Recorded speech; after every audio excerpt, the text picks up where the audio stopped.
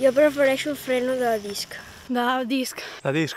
De disc. Freno a disc. El freno de disc. Jo resumint seria natural disc i indoor llanta amb hidràulic.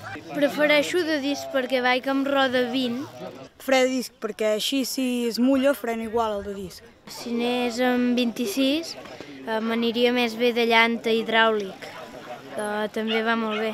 Perquè frena millor ja m'he acostumat. Depèn de si és d'empuntar amb fre de llanta, però l'altre fre de disc. Perquè a mi sempre m'ha anat més bé de disc i frena i clava més ràpidament.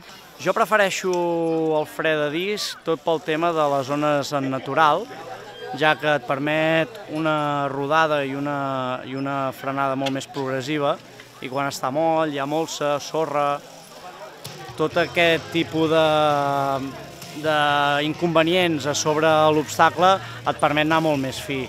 I el que sí que no tindria dubte és en indoor un freno de llanta amb hidràulic és molt més agressiu, la bici és més rígida, pots anar molt fort tot arreu.